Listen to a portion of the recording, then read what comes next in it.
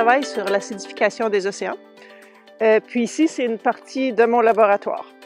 L'acidification des océans, c'est un phénomène qui est causé particulièrement par la grande production de CO2 par les activités humaines, beaucoup par l'utilisation de combustibles fossiles.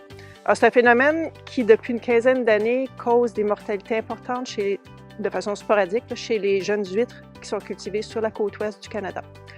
Quand j'ai commencé à m'intéresser au sujet, on ne savait pas trop quelle était la situation dans les eaux côtières du nord-est du Nouveau-Brunswick, tout simplement parce qu'il n'y avait pas de données. Alors, depuis 2016, je déploie des instruments dans différentes baies, aux 4 saisons, pour mesurer le pH, qui est la mesure de l'acidification, puis d'autres paramètres environnementaux. Donc, l'idée, c'est d'avoir une idée de la situation ici, mais aussi de comprendre comment les niveaux d'acidification varient dans le temps puis dans l'espace, donc avec les saisons ou dans les différentes baies.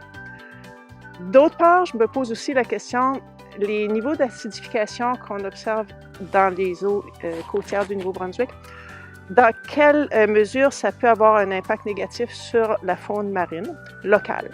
Alors, pour répondre à ces questions, je travaille beaucoup en collaboration avec une entreprise ostréicole, l'étang Ruisseau-Bar.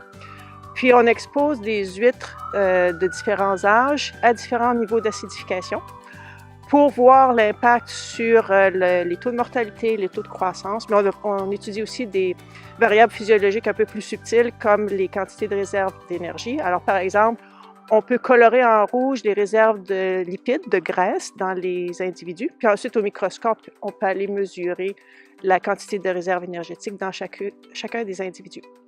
Jusqu'à présent, les résultats qu'on a obtenus montrent que la situation dans les eaux des baies qu'on a étudiées est relativement bonne en général, mais on a quand même noté des épisodes d'une dizaine de jours durant lesquels les niveaux d'acidification étaient assez prononcés. Dans quelle mesure ça peut avoir un impact négatif sur la faune marine?